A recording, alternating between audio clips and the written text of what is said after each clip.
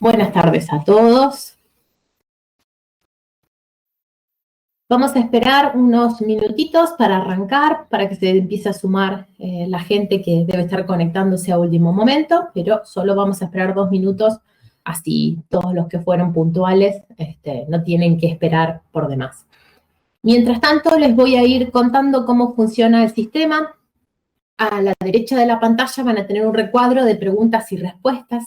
En general tratamos de comunicarnos por ahí porque hoy por lo menos parece que es un webinar muy concurrido y si habilitamos los micrófonos es algo difícil de manejarlo. Así que cualquier pregunta que vayan teniendo a lo largo de la charla, además está decir que pueden hacerla en cualquier momento y la canalizamos de manera escrita.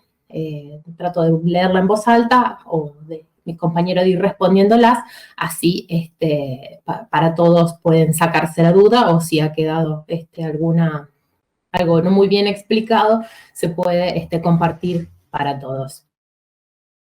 Ya hay una pregunta. Bien, Juan Carlos, ya estamos empezando. Buenas tardes para todos. Sí, en muy pocos minutos arrancamos. Les cuento también que si bien el sistema anda bastante bien, depende mucho de la estabilidad de la conexión de cada uno. El consejo siempre es tratar de que sea, o el medio por el cual se están conectando, sea el único que esté, o casi el único que esté demandando red. Así se mantiene la conexión más estable y también lo que está en pantalla, la presentación, puede verse más nítida. De todos modos, el material está en la web también, cualquier cosa. Si ahora no se llega a ver alguna parte, después pueden buscarla para poder analizarla un poco más despacio. Bien, dicho esto también, aclaro por las dudas que mi conexión también podría fallar y si pasa eso, no se preocupen, el webinar se va a cerrar, pero apenas logre restablecer la conexión, me vuelvo a conectar y habilitamos de nuevo para seguir con la charla, ¿sí? Muy bien. Bien, viendo que ya tenemos unos cuantos sumados, vamos a empezar. Les recuerdo una vez más, cualquier pregunta que vaya habiendo a lo largo de la capacitación, no duden en escribirla, así bueno, nos sacamos la duda entre todos, que a lo mejor puede ser que algo no quede bien explicado. Muy bien, hoy vamos a dedicarnos en sí a lo que es el módulo 1, que es el área de capacitación técnica en sí, está más referido a los aspectos constructivos y al final va a haber algún pequeño entendimiento, ¿no?, sobre el costo-beneficio de la utilización de este tipo de mampostería. Y mañana tenemos el módulo 2, que es la aplicación en sí en pH, en propiedad horizontal de este tipo de mampostería. En definitiva, mañana sería más que nada comparación de sistemas constructivos a la hora de tratar las envolventes del edificio, las cajas de escalera, las divisiones de departamento, ir viendo distintas comparativas como para tener idea qué es lo que se utiliza en general para hacer las distintas partes de mampostería que corresponden a mampostería en sí en el edificio. Muy bien. Mi nombre es Verónica Pastorino, los acompaño hoy. Una vez más, cualquier consulta lo vamos resolviendo en el camino. Muy bien. Arrancamos entonces. Lo primero que vamos a hablar es sobre el producto en sí, sobre qué está compuesto. Son 5 componentes principales para preparar el mortero base, que son arena de sílice, cemento, yeso, cal y polvo de aluminio. Estos son los componentes por los cuales después se crea este famoso ladrillo blanco, ¿no es cierto?, que se conoce como hormigón celular curado en autoclave. Ese es todo el nombre, HCCA, para que sea un poco más cortito. De estos 5 elementos, de estas 5 materias primas, suele llamar la atención 2 de ellas sobre todo. Una es la cal.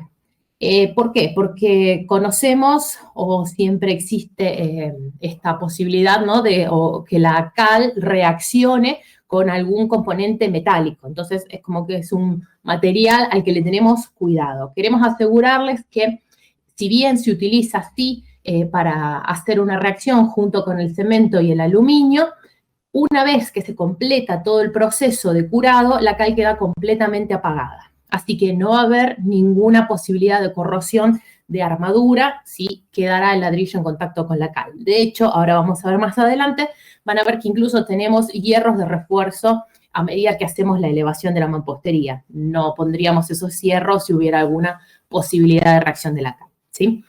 Bien, el otro ingrediente, por así decirlo, de la mezcla que es muy, que puede llamar la atención es el polvo de aluminio. Este polvo de aluminio lo que hace es, como decíamos, generar una reacción con el cemento y con la cal, y lo que va a hacer es hacer crecer el mortero base como si fuera una levadura para un pan, creando microburbujas en el interior de la mampostería. ¿Esto qué va a posibilitar o qué es lo que beneficia? Estas microburbujas lo primero que logran es reducir el peso del material. Si bien es un material macizo, va a tener un 40% de componente de aire, en definitiva, en el interior que queda contenido en estas microburbujas. Esto también ayuda o contribuye a reducir, o mejor dicho, mejorar la capacidad térmica y acústica que va a tener el material. Aclaramos también, como decía al principio, que esto es un hormigón celular que pasa por autoclave, o sea, que completa su curado en un autoclave, que es un horno que va a cocinar, sí va a hacer una reacción más que una cocción, pero a presión de vapor de agua. Este curado en autoclave va a transformar toda la mezcla y la va a convertir en un mineral que tiene de característica ese color blanco particular. Lo aclaro porque en el mercado existen hormigones celulares, pero que no pasan por autoclave. Lo van a reconocer porque siguen manteniendo el color gris verdoso del cemento. No llegan a obtener el color blanco. No es un producto malo, por supuesto, el hormigón celular tradicional, digamos, simplemente que es diferente, ¿sí?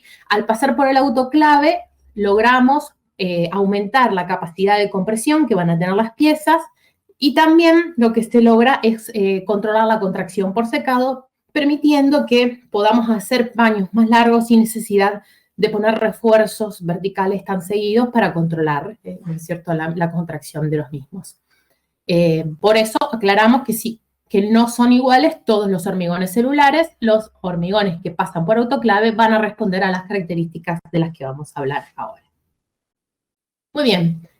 ¿Qué características en particular tiene la mampostería Brimax? Van a ver hacia la izquierda una tabla en donde aparecen los valores principales o que suelen utilizarse más. El primero es resistencia a la compresión, que está en 3 megapascales, o sea, son 30 kilos por centímetro cuadrado. Densidad seca, que les va a servir para calcular el peso por metro cuadrado del material. Contracción por secado, como decíamos, que se controla con el autoclave. La conductividad térmica, este valor es bastante importante y cada vez más, ya que se están pidiendo en las distintas localidades del país o del mundo incluso, cada vez más respuestas, o mejor dicho, materiales que cumplan normativas térmicas y que sirvan para controlar sobre todo la demanda, que vamos a ver un poco más adelante. Permeabilidad al vapor, el valor para poder sacar, si necesitan en algún momento hacer algún ensayo de condensación. Y por último, el valor de resistencia al fuego, en este caso en el espesor de 15 centímetros, o sea que de 15 centímetros en adelante va a cumplir la resistencia máxima o el retardo máximo de fuego, que son de 240 minutos, en lo que es la normativa del país, es el valor más alto que hay de exigencia, digamos. Así que a partir de 15 centímetros ya se podría estar cumpliendo este valor. Hoy trabajamos con dos tipos de ladrillos, que son los que están en las columnas de la derecha. El primero es una mampostería maciza. Siempre van a ver que las piezas tienen 60 centímetros de largo, 20 centímetros de alto, y van variando en espesor desde los 5 centímetros hasta los 25 centímetros, saltando de 5 en 5. Y aparecen también algunas medidas intermedias, como 7,5, 12,5 y 17,5, por si se requiere hacer algún espesor en particular. Para acompañar a lo que sería mampostería portante, que consideramos ladrillos a partir de 15 centímetros como portante, existe una pieza que es el ladrillo U, que en definitiva es un encofrado perdido que nos va a servir para hacer refuerzos verticales y horizontales. Lo vamos a ver también más adelante. Bien, sigue la misma modulación de pieza de 60 de largo por 20 de alto y acompaña de 15, 20, 25 y la pieza especial de 17,5 para acompañar a la mampostería portante. Muy bien. Sobre el material también hablamos un poco de impermeabilidad. A veces se puede confundir la necesidad o no de hacer revoques en este tipo de mampostería, ya que tienen muy baja absorción. Bien, lo primero que vamos a aclarar es lo siguiente. Si bien este tipo de material es prácticamente impermeable, porque si lo vemos en la tabla que está, mejor dicho en el gráfico que está hacia la izquierda, vamos a ver 3 materiales diferentes. La raya gris es yeso, la roja es el ladrillo cerámico tradicional y el amarillo representa el material de HCCA. Vamos a tener sobre el eje X tiempo en horas y en el eje Y absorción en kilogramos por metro cuadrado de agua. Lo que van a ver es que los materiales tradicionales absorben mucha más agua en mucho menos tiempo, mientras que el ladrillo de HCCA va a absorber mucha menos agua en mucho más tiempo. ¿Esto qué implica? Que prácticamente resulta impermeable porque nunca podría llegar a pasar el agua de un lado hacia el otro por completo. Lo más probable es que si se llega a mojar, se termine evaporando antes de que pueda pasar. De hecho, muchas veces hemos tenido obras en donde incluso después de muchos días de lluvia se puede seguir revocando en la parte de adentro porque nunca pasa el agua. Pero eso no quiere decir que el sistema completo sea impermeable. ¿Por qué? Porque por más de que yo haga la elevación con un mortero que sea impermeable, que tenga características, algún agregado en su interior para que sea impermeable, es un proceso artesanal, en definitiva. Puede pasar que alguna de las juntas no quede bien tomada y que pueda ingresar agua por ese lugar. Así que el consejo siempre es realizar, aunque sea un revoque mínimo al exterior, para proteger de cualquier ingreso de agua por alguna junta que pueda haber quedado mal tomada. Incluso también, si viniera desde cimientos, por más de que los capilares interiores de la mampostería no están conectados y eso también contribuye a que el agua no pueda subir, es importante realizar también el cajón hidrófugo si estoy viniendo desde el suelo para simplemente proteger y tratar de que el sistema funcione siempre lo mejor posible y como todos sabemos, nadie quiere agua en el interior de la vivienda. Bien, ¿con qué pegamos este tipo de mampostería cuando empezamos a trabajar? Hay 2 grandes tipos, uno son adhesivos cementicios y el otro son poliméricos. En el caso de los cementicios tenemos los dosificados en obra, los que se hacen tradicionalmente con cemento, arena y agua. Estos no van a servir para pegar este tipo de mampostería. Necesito utilizar premezclados específicos que ya vienen dosificados en bolsas y solo hay que agregarle agua a este polvo para poder utilizarlo. Esto es un adhesivo con base cementicia, como dice el cuadro. Después existen otro tipo de adhesivo, los poliméricos, que vienen en manga, son nuevos dentro de todo, están hechos a base de resinas. Estos también pueden ser utilizados en este tipo de mampostería. Vale aclarar, por las dudas que utilicen alguno u otro, que cuando hablamos de los poliméricos, estos que se colocan en cordones, con esta misma manga que directamente se corta y se utiliza como si fuera una manga decoradora de tortas, digamos, ese tipo de adhesivo solo va a servir para lo que son muros de cerramientos y muros divisorios. No es apto para mampostería portante. O sea que si voy a hacer muros portantes, voy a utilizar un adhesivo cementicio. Ahora vamos a hablar también de cómo se coloca este tipo de adhesivo.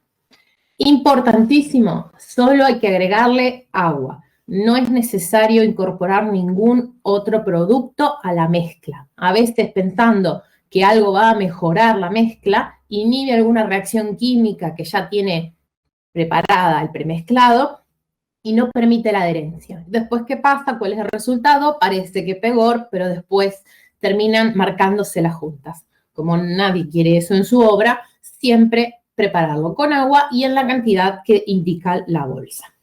Y por supuesto ir controlando el fragüe para no utilizar un producto que esté casi seco al momento de trabajar. Muy bien. Cuando empiezo la construcción, lo importante va a ser partir de una base bien nivelada.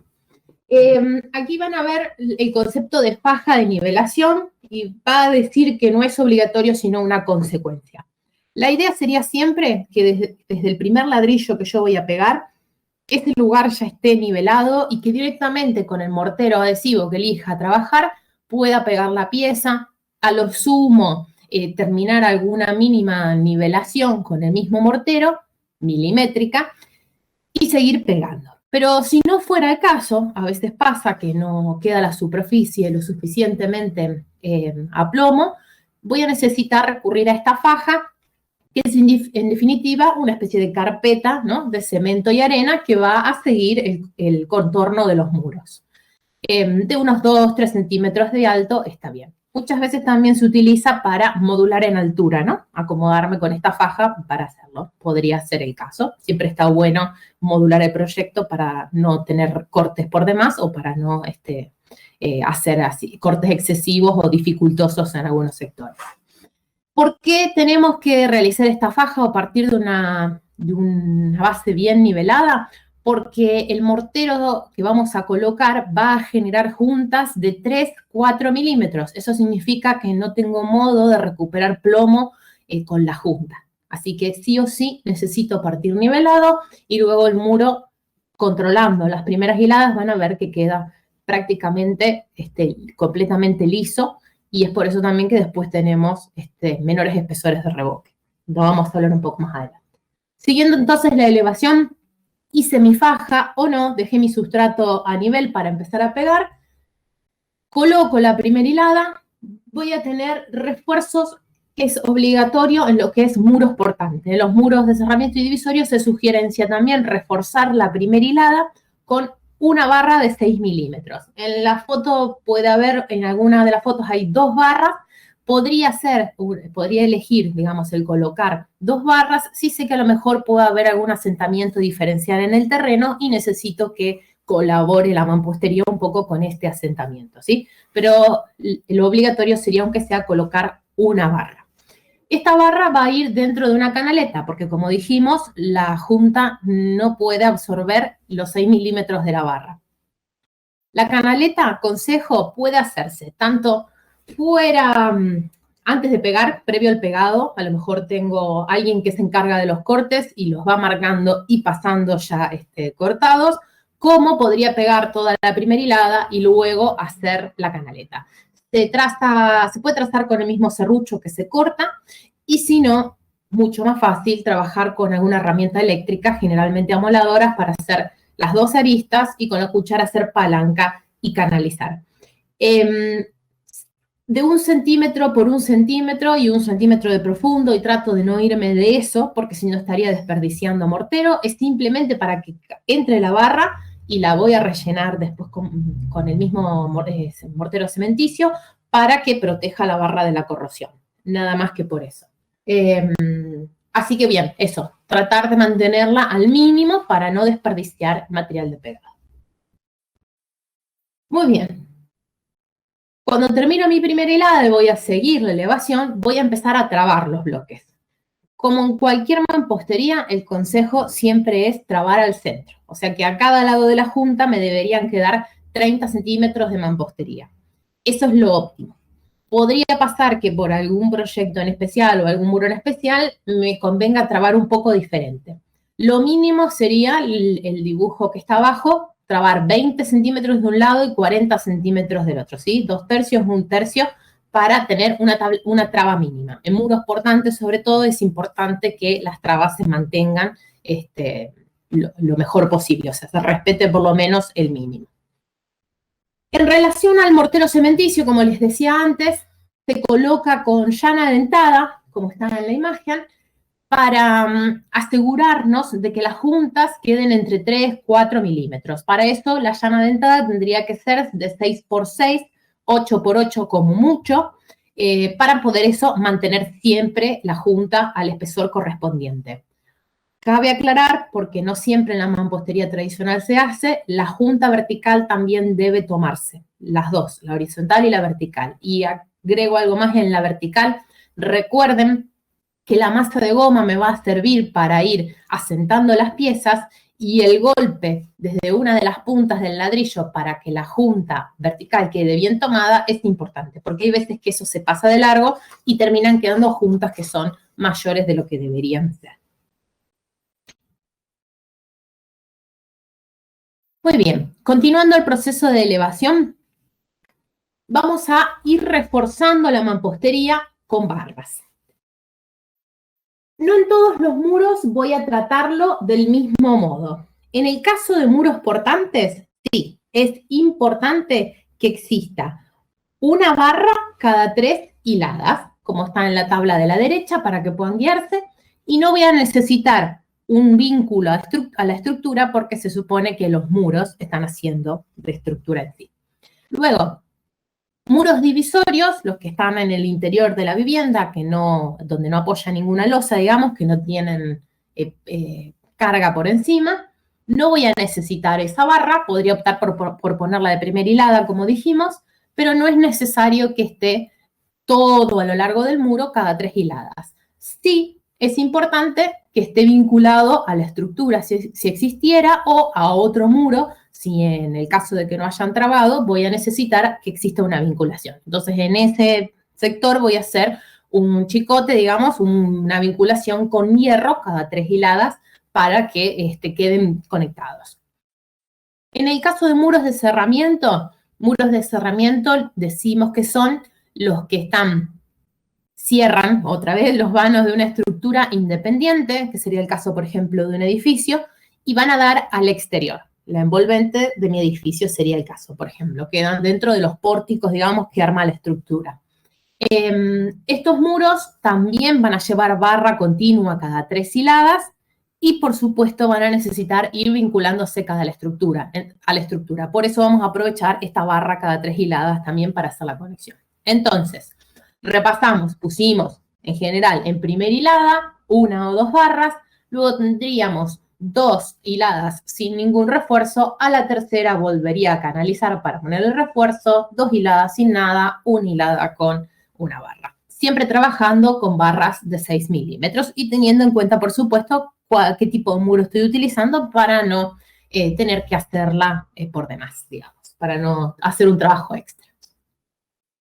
Otro punto de refuerzo, y en este caso es, digamos, obligatorio muros portantes en sí, porque son los que van a recibir algún tipo de carga, los otros muros no lo necesitarían tanto. Vamos a reforzar el antepecho de las ventanas. Aquí, en vez de una barra, son 2 barras de 6 milímetros. Cada una va a ir en una canaleta separada de la otra, distribuyéndolos equitativamente en el espesor del muro. El mismo procedimiento que antes, que se canaliza, se coloca la barra y se rellena, siempre es el mismo procedimiento. Voy a tener el vano de la abertura y voy a tratar, sería importante que pase de cada lado de la luz del vano esta barra, estas 2 barras, al menos 30 centímetros. ¿Por qué? Porque ese sector ese sector del alféizar, del antepecho, va a recibir las cargas del dintel. Y estas esquinas, esos vértices, son puntos de grandes tensiones. Para eso es que la barra colaboraría para que no se produzca ningún tipo de fisura. Esto es común en realidad de cualquier mampostería, simplemente a veces la práctica los ha desechado, pero siempre sería bueno reforzar este sector. En cuestión de los encadenados, como dijimos antes, tenemos un ladrillo U que nos puede servir como encofrado perdido y si no, podría trabajar como lo hago usualmente, auxiliándome de tablas para hacer un encofrado y volcando luego colocando la armadura y volcando el hormigón. cualquiera de los dos métodos es viable, es indistinto cuál quiera utilizar. Sí, la diferencia de utilizar el bloque U podría ser que, primero, me va a quedar una superficie continua del mismo material para el momento de revocar. Y la otra ventaja, que es más importante para mí todavía, es que va a contribuir el ala que tiene la U a cada lado en lo que es la mitigación del puente térmico. En cambio, si yo solamente trabajo con hormigón, en definitiva, en ese sector va a haber un puente y bastante importante, porque el hormigón no tiene colaboración alguna en lo que es aislación térmica prácticamente. Por lo menos el hormigón estructural no tiene casi ningún beneficio de ese tipo. ¿Dónde van los encadenados horizontales? Bien, donde el proyecto lo demande y donde normalmente lo suelo ubicar. Generalmente justo debajo de alguna losa o prácticamente abajo de una losa en lo que son cubiertas inclinadas, para, bueno, poder sujetar y apoyar el peso de la losa, ¿no es cierto? Y si lo considero en altura, tendría que imaginar que cada 3 metros, para yo tener un muro que no sea demasiado esbelto, tendría que tener un encadenado, ¿sí? Así que cada 3 metros de altura debería aparecer. En general, las viviendas no llegan a 3 metros, están en los 2,40 metros, 2,60 metros, así que nunca lo tengo que poner mucho más arriba, pero para tenerlo en cuenta en general. Armadura, lo mismo que estoy trabajando normalmente, por supuesto que va a depender del proyecto en sí, pero lo que se utiliza en lo estándar está muy bien, y el hormigón con el que voy a rellenar, el mismo de siempre. Si trabajo con algo hecho en obra in situ, es el general el 133, digamos, y si no, podría trabajar, por supuesto, con algún hormigón elaborado. Este mismo refuerzo aparece también en forma vertical. Ejecutado de cualquiera de las dos maneras, como en el modo anterior, con la U, pero colocada de forma vertical, o con el hormigón auxiliándose de tablas. En este caso, lo importante sería, o recordar que, como verán, no hay traba en sí, no se genera una traba, sino que la vinculación es por medio de hierros que van a ir vinculándose a la armadura que tenga este refuerzo.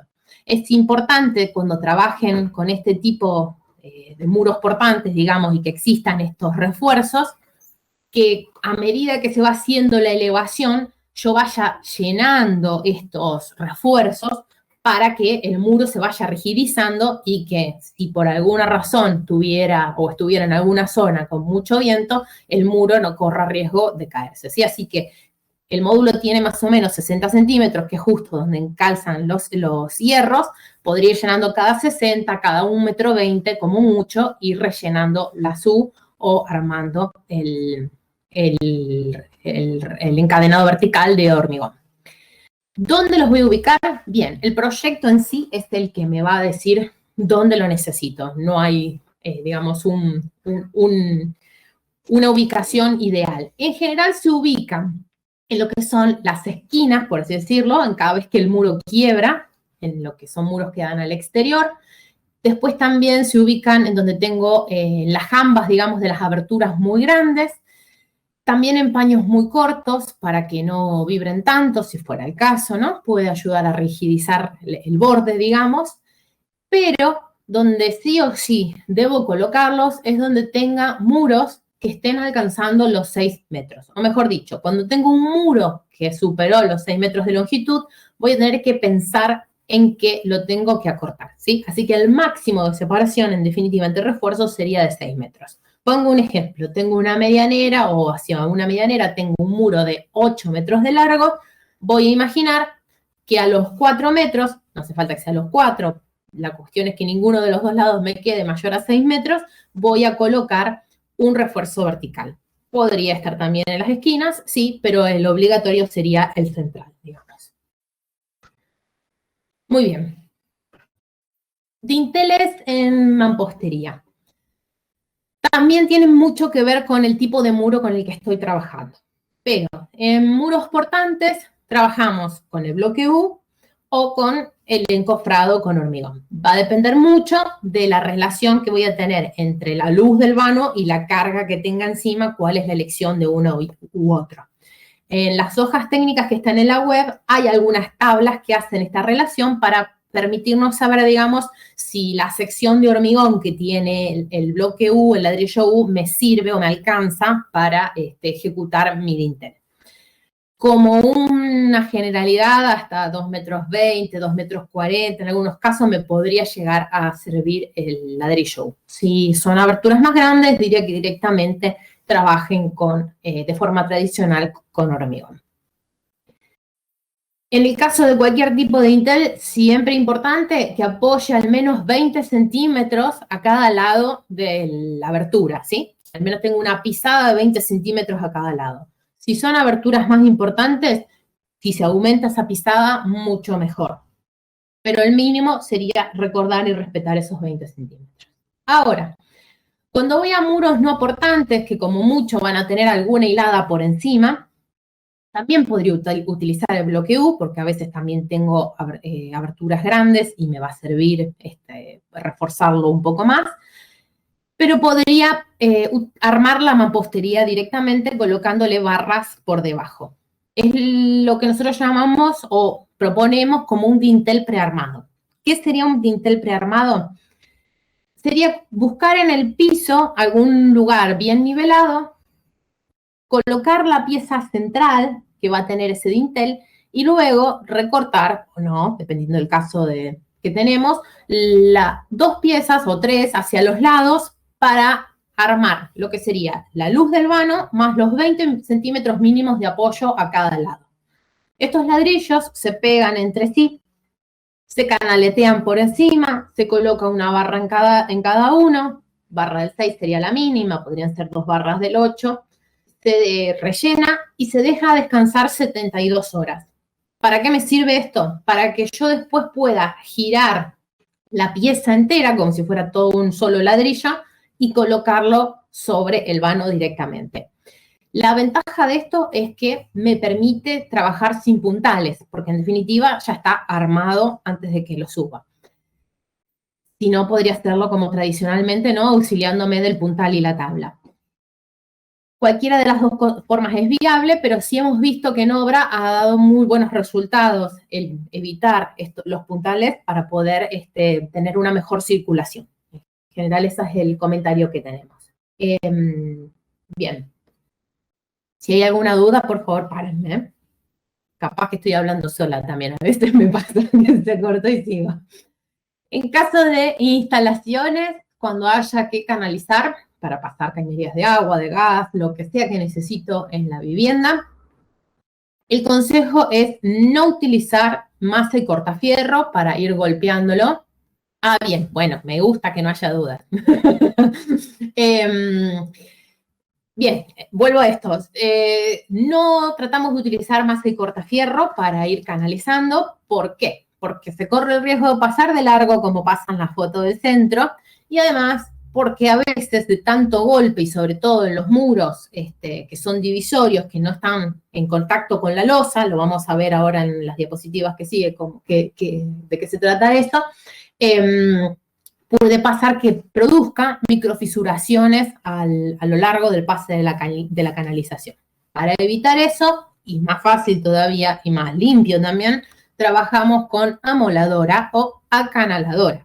La acanaladora tiene directamente 2 discos y me permite ir haciendo las 2 aristas del trazado a la vez. Es excelente, pero bueno, de a poco vamos comprando cada vez las herramientas que sirven más al caso. Eso es lo que figura en la primera foto. Lo que se suele hacer, o como trabaja la mayoría de los grupos de plomería, es armar el trazado en el piso, o sea, arman toda la cañería, lo presentan sobre la pared, marcan con algún lápiz por dónde va a correr, trazan las aristas, como les decía, se palanquea con la cuchara para ir ahuecándola, y directamente después se calza la cañería. En general, todo ese trazado se rellena con mortero de cemento y arena. Podría también utilizar un mortero tipo monocapa 2 en 1 para ir rellenando esa canalización. Importante, aparte del no masa y cortafierro y no canaletear en exceso, es tener en cuenta al momento de proyectar que muchas veces es difícil tenerlo en la mente, pero sí sería importante, que tengo que tener en cuenta, o mejor dicho, para elegir el espesor del muro, tengo que tener en cuenta qué cañerías van a pasar. ¿Por qué? Porque en general la mampostería debería responder a este principio, y pongo el ejemplo de la peor canalización, que es cuando tengo un muro que de los dos lados tiene caños. Por ejemplo, un muro que comparte una cocina y un baño. En este caso, el consejo siempre es mantener o comer hasta 1/3 del espesor de cada lado. Entonces, si tengo un muro de 15 centímetros, podría comer 5 centímetros de cada lado y tratar de dejar siempre los 5 centímetros centrales intactos. Eso sería lo ideal. Y separarlos a la vez en altura 30 centímetros uno de otro. Lo digo o lo recuerdo porque puede pasar, como le pasó a la persona que diseñó este proyecto, que el muro era casi tan delgado o del mismo espesor prácticamente que la cañería que tenía que pasar. Entonces era muy difícil, por más prolijo que podía ser el instalador, que no pasara de largo. Así que, para tenerlo en cuenta, al momento de proyectar, que hay algunos espesores que me van a servir más con una cosa y con el otro. Alguien pregunta si, qué pasa si se llenan las cañerías con espuma de poliuretano. Sí se pueden rellenar también las cañerías con espuma de poliuretano. Lo he visto bastante. No es tan común. En general se sigue trabajando con mortero, pero podría hacerse, sí, también. Bien. Esta parte habla de juntas elásticas. Hablando de poliuretano, lo vuelvo a traer a colación justo. En sí, esto es algo que va a aplicar en lo que son muros de cerramiento y muros divisorios, en donde dijimos que tenía, por ejemplo, una estructura independiente. En la imagen que ven acá serían un pórtico, ¿no? Representado por 2 columnas, una viga y la losa que tendré por encima y por debajo. Como dijimos, voy a tener una barra que corre de punta a punta cada 3 hiladas. Pero esta barra, aparte, me sirve para hacer la vinculación a la estructura. Puede hacerse de 2 maneras la vinculación. La primera es la que siempre, o la más habitual. Dijimos que tengo una barra, pero podría dejar un pelo en la estructura para vincularme a la altura. Muy linda la idea, pero en la realidad después nunca funciona, nunca queda a la altura que se necesita. Así que lo más habitual es, cuando ya sé a qué altura va a quedar mi canaleta y la barra que yo tengo, hacer una perforación, en lo posible embeber la barra en anclaje químico, insertarla en el hormigón, unos 3 centímetros, porque después ya me encuentro la armadura de la columna, y vincularla, o mejor dicho, dejarla en la misma canaleta con la que ya está corriendo de punta a punta en el muro. Esta es la solución más habitual. Ahora también existe una lámina conectora, que es una chapa perforada que se dobla muy fácilmente, que lo que permite es que con una clavadora, ¿no?, clavarla al hormigón y luego se dobla en forma de V y se pierde adentro de la junta. Cualquiera de las dos es viable. Como en obra siempre hay hierro, lo más probable es que se haga con algún pedacito de hierro que de hecho sobró de algún lado y que me sirve para hacer esta vinculación. Esto por un lado, vincular a estructura cada 3 hiladas. Ahora, siempre que esté trabajando con una estructura independiente, tengo que, o mejor dicho, con una estructura independiente o con un elemento estructural, incluso porque podría ser la losa de una vivienda portante, tengo que pensar que este elemento va a deformar. Y como va a deformar, tengo que dejarle un espacio, aunque sea mínimo, para que esa deformación pueda hacerse naturalmente y que la mampostería que esté por debajo no entre en carga. Si a lo mejor es justo una mampostería de un espesor grande, podría llegar a observarlo. Pero si tengo un muro muy delgado, hacerlo entrar en una carga puntual bastante importante podría llegar a fisurarlo. Entonces, siempre bajo losa o bajo viga debería dejar una junta de 1,5 centímetros, 2 centímetros, para rellenar con cualquier material compresible. Lo más útil es espuma de poliuretano. Ahora, podría ser un telgopor, podría ser cualquier otro material que también responda a la compresión y que se mantenga en el lugar. El consejo de la espuma es más que nada porque es muy rápida la colocación, o mejor dicho, es muy rápido el llenado de ese intersticio, y además también porque no se mueve al momento de revocar. Queda completamente fijo, y no voy a tener que, como a lo mejor si fuera una pieza, una placa de poliestireno, tener que ir fijándola a lo mejor al momento de revocar. Más que nada si estamos hablando de algún revoque proyectable, ¿no es cierto? Aquí alguien pregunta si puede implementar el bloque en estructura de caño tubular, o sea, completar los vanos con el bloque, soldando las varillas a pilar y rellenando el encuentro entre acero y bloque con poliuretano. Sí, exactamente. En las hojas técnicas de la web hay un detalle como pero que es directamente a estructura metálica, pero en definitiva sería que esta barra que yo tengo cada 3 hiladas, en vez de ir empotrada, digamos, en el hormigón, la voy a ir soldando a la estructura metálica, ¿no es cierto? Ahora sí, en estructura metálica y también en hormigón, pero se utiliza en hormigón en lo que son zonas sísmicas o estructuras de alta deformabilidad, puede ser que encuentren una junta tal como esta que está en el bajo viga, pero contra las columnas. Así que lo repaso. Esa junta contra las columnas aparece en zonas sísmicas, estructuras de alta deformación y lo que son estructuras metálicas. La junta se resuelve del mismo modo, con un material compresible, pero en este caso puede ser a lo mejor de 1 centímetro de espesor. Lo mismo, el consejo me parece que lo más fácil o lo más rápido para trabajar es espuma de poliuretano, puede ser un poliestireno también si quisiera, cualquiera de las opciones es viable. Muy bien, pasando a lo que son revestimientos, revoques de distintos tipos, estos son los más habituales, ningún problema. Yo le contesto al de la pregunta y ustedes no sé si lo están leyendo. Bien, revestimientos habituales. Los dividimos en 2, 3 tipos. En definitiva son todos revoques, o sea que más o menos son iguales, pero los agrupamos según el espesor que van a tener. Como les decía, la mampostería queda muy precisa porque las piezas son prácticamente todas iguales.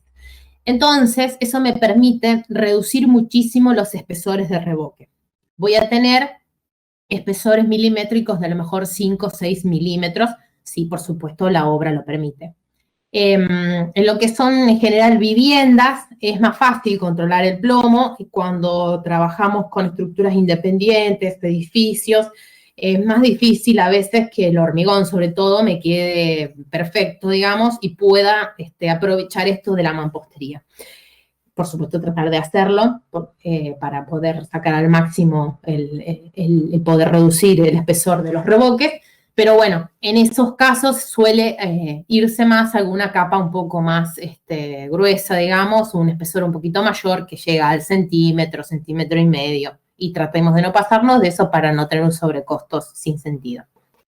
Bien, ¿qué se utiliza generalmente? Lo que es capa fina, que decíamos que son 5 o 6 milímetros, primero van a llevar malla de fibra de vidrio en toda la superficie. ¿Por qué? Porque prácticamente no tengo espesor. Entonces necesito algún elemento extra que tome cualquier esfuerzo que aparezca sobre esa superficie. ¿Qué se utiliza para capa fina? Para el exterior, base COAT. Es la misma que se utiliza en lo que es construcción en seco, esta misma. Ahora lo vamos a ver dónde se coloca la malla y cómo se utiliza, cómo se hace en general. Y para el interior, lo que es masilla, la misma de construcción en seco, exactamente esa, la que ya viene incluso lista en tacho. Cualquiera de los dos casos se colocan utilizando la parte lisa de la llana, ¿no? Se colocan enrasando, digamos. Bien, eso es capa fina. Lo que es capa gruesa, que en definitiva y en general termina siendo a veces lo más habitual, en menor o mayor espesor, van desde unos 7, 10 milímetros y como les decía, llegarían a centímetro y medio, 2 centímetros como mucho si la estructura a lo mejor está fuera de plomo. Como ya tengo más espesor, lo obligatorio es colocar la malla en puntos críticos de la construcción. Lo vemos también en la diapositiva que sigue, pero es donde siempre pondríamos malla. Ahora, si puedo colocar malla en toda la superficie, mucho mejor. ¿Qué se utiliza en este caso? Para el exterior. 3 en 1 es un revoque monocapa que reemplaza lo que sería el impermeable, grueso y fino tradicional, pero en una sola capa, queda color gris. O 4 en 1, que es lo mismo, pero además le agrega el color. Para el interior se usa mucho yeso monocapa o el 2 en 1, que es el grueso y el fino, pero en monocapa, que queda color gris también como el otro. De estos tipos de revoques en capa gruesa, para que quede o para tener una idea, si es de base proyectable, aunque yo no lo coloque con proyectadora, pero que la bolsa diga que es proyectable, en general no requiere puente de adherencia. En cambio, si es de base manual, que la bolsa dice que es manual, debería colocarle algún producto que las distintas marcas me van a sugerir para hacer o mejorar la adherencia. De más está decir, más allá de que use uno u otro, lo coloque proyectable o manual o como sea, está bueno siempre corroborar con el fabricante de la marca que yo compre o que elija para hacer los revoques, si tiene algún consejo en especial para la colocación. Y un último, podríamos decirle revoque, no sé si es la palabra justa, pero sí así se llama, que se está utilizando cada vez más para lo que es interior, es el revoque seco. No lleva malla, por supuesto, porque consta de una placa de roca de yeso que va pegada directamente sobre la superficie de la mampostería. Lleva una masilla especial que es más adherente, que se coloca sobre la placa y luego se pega sobre el muro. Se puede ayudar también con algún tornillo para mayor fijación, pero el tipo de masilla adherente que tiene la capacidad de mantener la placa pegada. Y luego después, como en la construcción en seco, se toman las juntas y se puede masillar incluso la placa al final para que quede completamente, digamos, disimuladas las juntas. También se está usando cada vez más, sobre todo porque es muy limpia y es muy rápido de hacerlo. Hay veces que he visto departamentos que ves una habitación y saliste un ratito, volviste y ya está terminada, y no podés creerlo, pero sí, es muy útil y muy rápido de hacer. Bien, sobre la malla de fibra de vidrio. Bueno, dijimos que la malla era obligatoria en lo que son capas finas y cuando ya me voy a capas un poco más gruesas puedo decidir alguna otra cosa. Pero en sí, la malla de fibra de vidrio que aconsejamos tendría que ser de 120 gramos por metro cuadrado, como mínimo, de ahí para arriba cualquiera puede ser. Y hay de 2 tramas, o sea, en 2 cuadritos, unos de 1 centímetro por 1 centímetro y otros que son de 5 milímetros por 5 milímetros. Como ven en la imagen, acá van a ver una malla bien colocada y una mal colocada. Lo importante es que la malla forme parte del espesor del revoque. O sea, que no pongo la malla y encima tiro todo el mortero. Esa colocación no sirve, la malla no tiene ninguna función. Lo que tengo que hacer es una base, planchar la malla por encima y enseguida volver a pasar una capa más. Podría después agregar otra a lo mejor, pero por lo menos tendría que hacer esto en 2 pasos.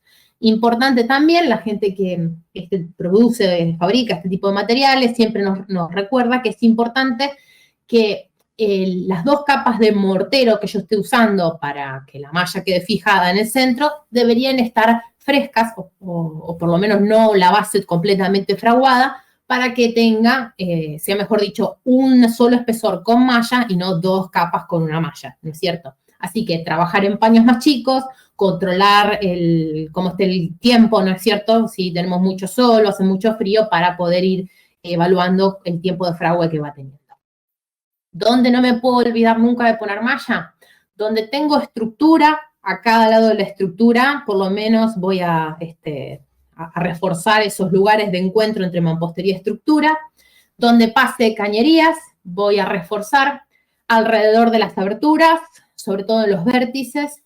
en donde tenga juntas de trabajo o cuando me encuentre con la losa, por ejemplo, en ese ángulo, es bueno reforzarlo. Y también los ángulos de los muros que van a ir trabando o no trabando, a lo mejor simplemente van a estar vinculados con la barra, pero sí el ángulo que entra y el que sale, e incluso después ayudándome con una cantonera también, para reforzar esos puntos, siempre es importante. Muy bien, hasta acá más o menos lo técnico, puedo haberme olvidado de algo, cualquier cosa me dicen. En la página web, como les decía, también hay más información, o por lo menos más dibujos, más detallados. Les cuento un poco de cómo entender el costo-beneficio de la mampostería. Bien, aquí les pongo un muro de ladrillo de HCCA de 15 centímetros que está revocado en el exterior y en el interior con productos monocapa. Yeso en el interior, 3 en 1 en el exterior. Este muro de 15 centímetros, que en realidad con revoques más o menos quedaría de 17, 18 centímetros, equivale al muro que ven encima, ese muro doble, que tiene revoque exterior, también en 3 en 1 monocapa, un ladrillo hueco de 8 centímetros, cámara de aire, aislación térmica de una plancha de poliestireno, está la barrera de vapor, luego mejor dicho, la barrera de vapor está colocada sobre un azotado. En el muro interno tenemos un ladrillo hueco de 12 centímetros y el yeso monocapa interior para hacer la terminación. O sea que térmicamente hoy, si quiero cumplir lo que sería normativa térmica en un nivel aceptable, tendría que hacer sí o sí un muro doble con aislación en el medio. Si vamos a lo que es el costo, esto va a incluir material y mano de obra, ¿sí? Las dos cosas. Vamos a ver lo que sería la ejecución actual y la solución de hormigón celular. El gris de abajo de todo representa el yeso exterior, el gris de abajo de todo representa el yeso interior, el revoque interior. El amarillo representa lo que es mampostería. El gris clarito es aislación térmica hidrófuga para el muro doble. Y el gris oscuro de arriba de todo es el revoque exterior. Bien, ¿qué significa? Que como yo me ahorro de hacer todo este paquete aislante en el medio porque ya el material lo cumple, eso es dinero que me voy a ahorrar. Depende de la combinación de muro doble que yo estoy utilizando, puede variar. Hay veces que es un poco más del 30%, a veces es 20%, pero bueno, siempre se mantiene más o menos esa proporción. Otra cosa, y no menos importante, es que en general cuando hacemos muros dobles, sobre todo en lo que es propiedad horizontal, la gente trabaja colgada para hacer el muro exterior, porque si no la barrera de vapor no la podría poner en el lugar correcto. Me estaría ahorrando de tener personas colgadas mucho tiempo haciendo muchas más tareas. Sería solamente hacer el revoque exterior en el caso de un muro simple.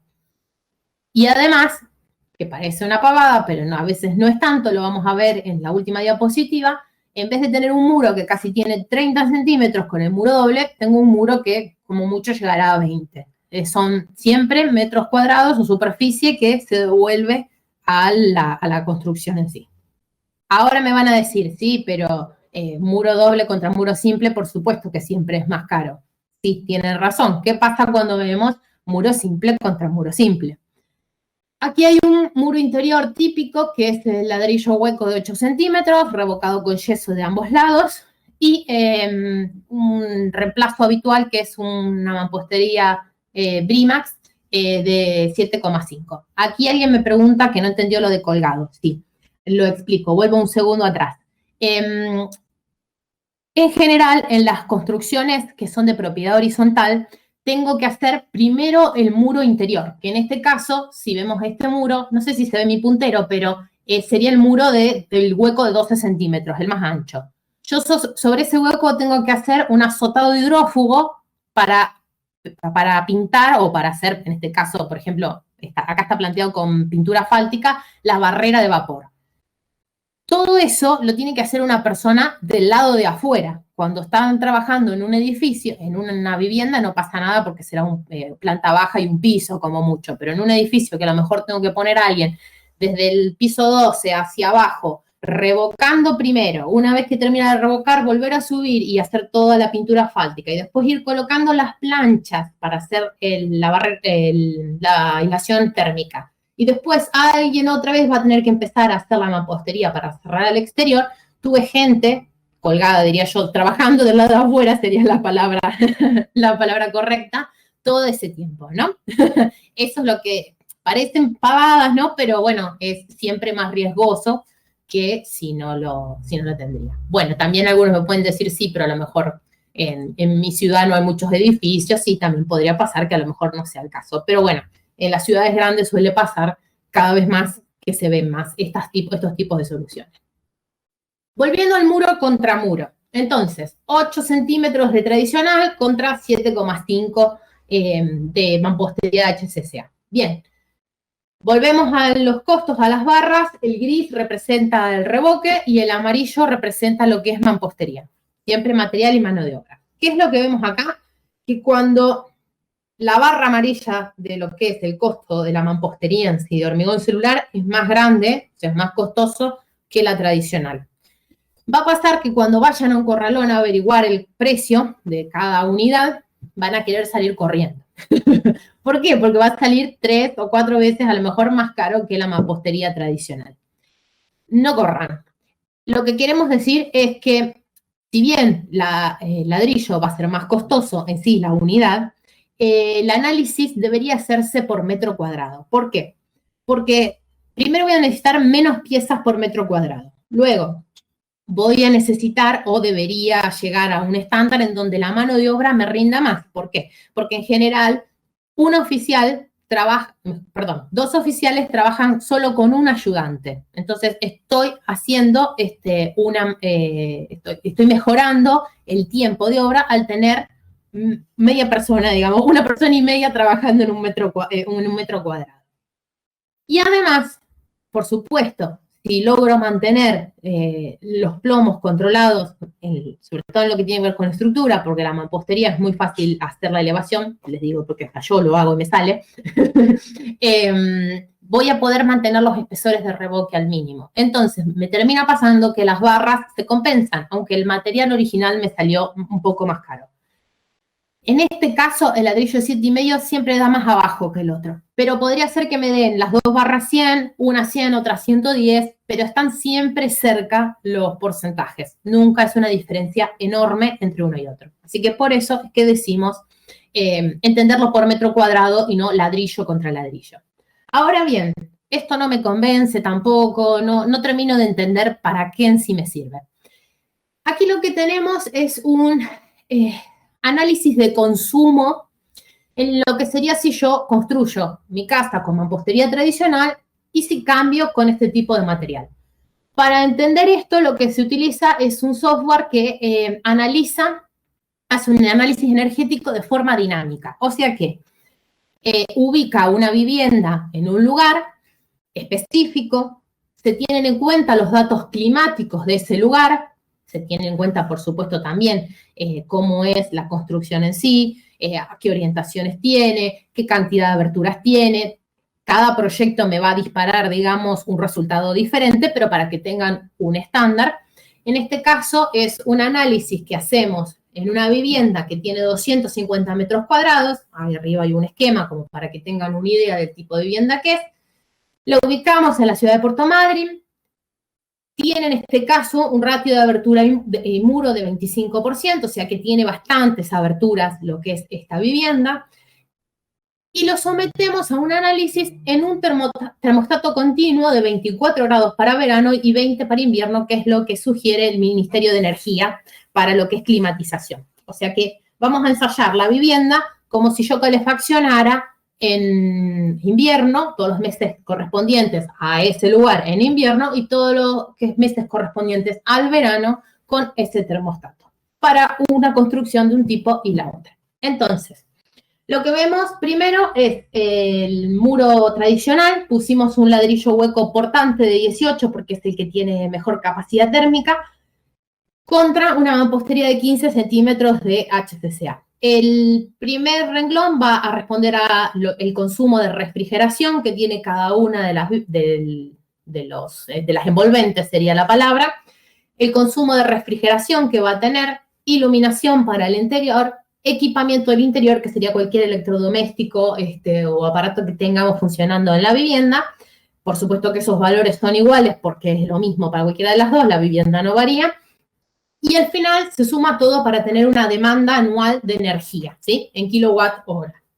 Si nos vamos arriba de todo a la derecha, donde está la torta, vamos a entender cómo se distribuye el consumo de la vivienda.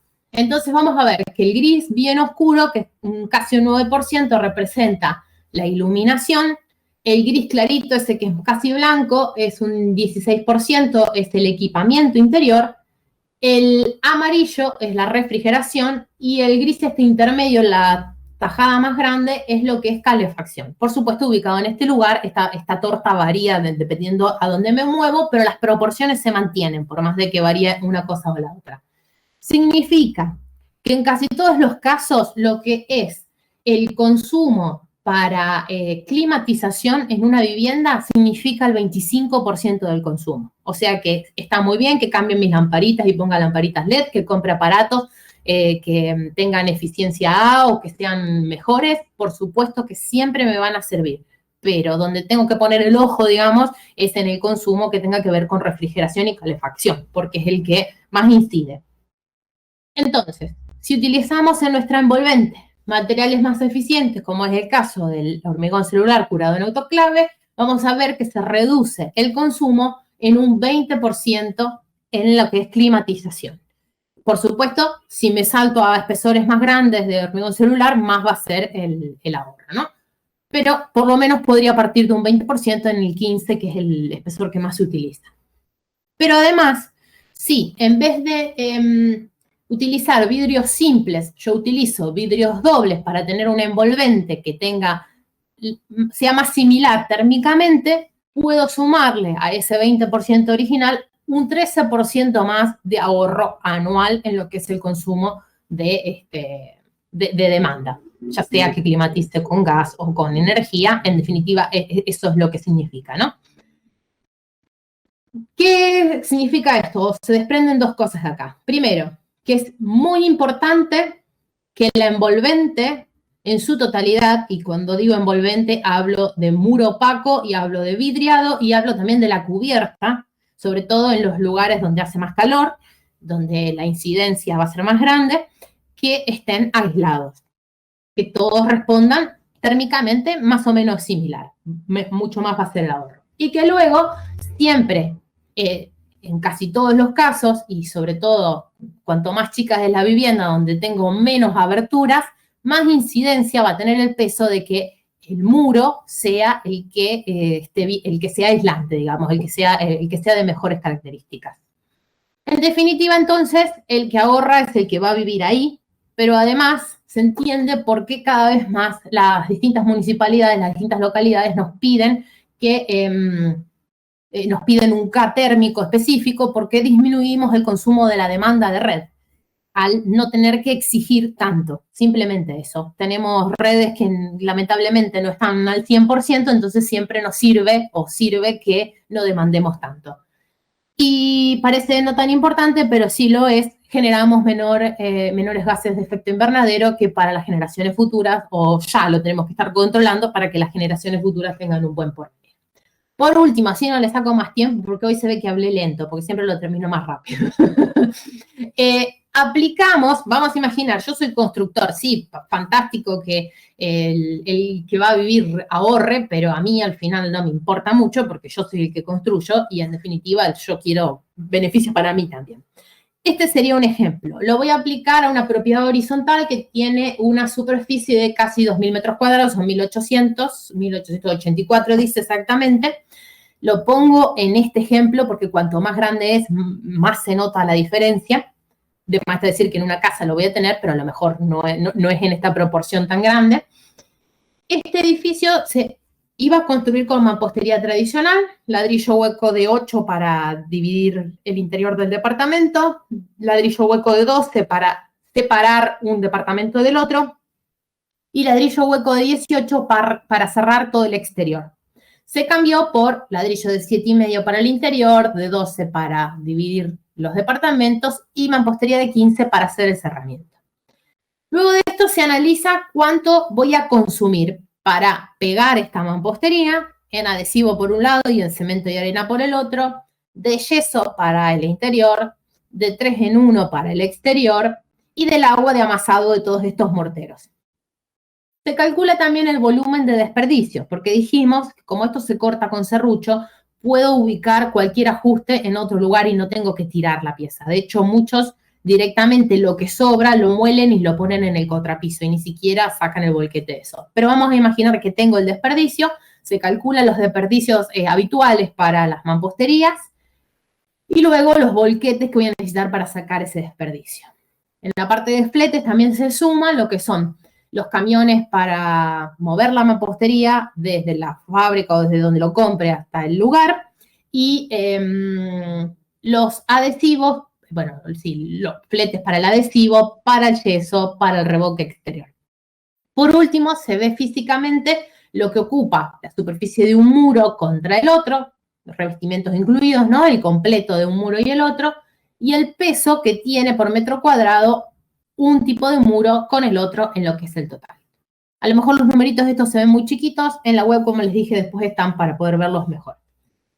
En definitiva, y el resumen es que este edificio logra reducir 113 toneladas de peso en los muros, que significa que puede llegar a ahorrar hasta un 2,5% en lo que es hormigón y un 6% en lo que es cantidad de acero, porque con hormigón, como tenemos secciones mínimas reglamentarias, a lo mejor no podemos reducir mucho más de lo que ya está, pero sí voy a poder bajar el peso de la cuantía. Entonces, es, en definitiva, ahorro de vuelta.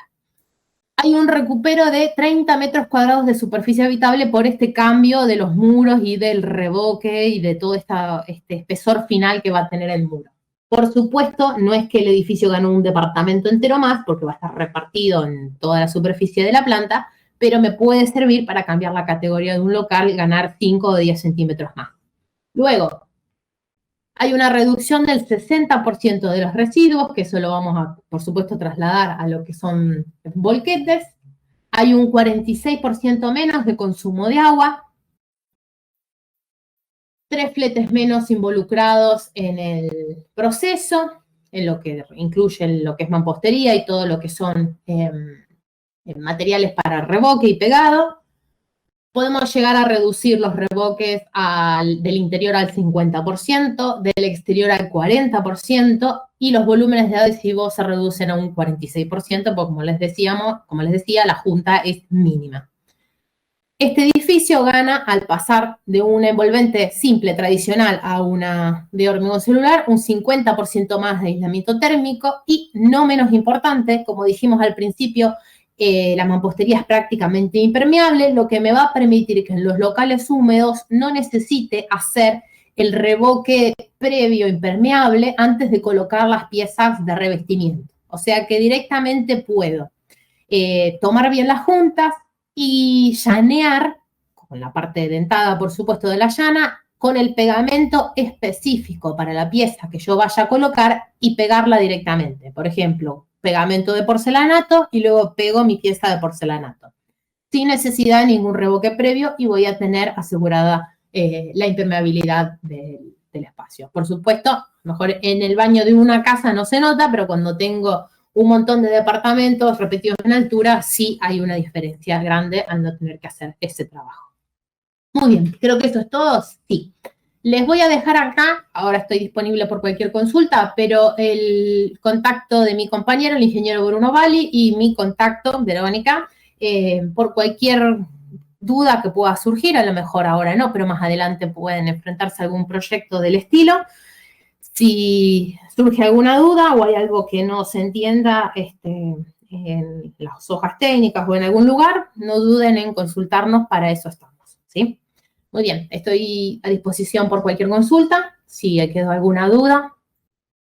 Bien, bueno, entonces les quiero agradecer por el tiempo que nos han brindado en esta tarde.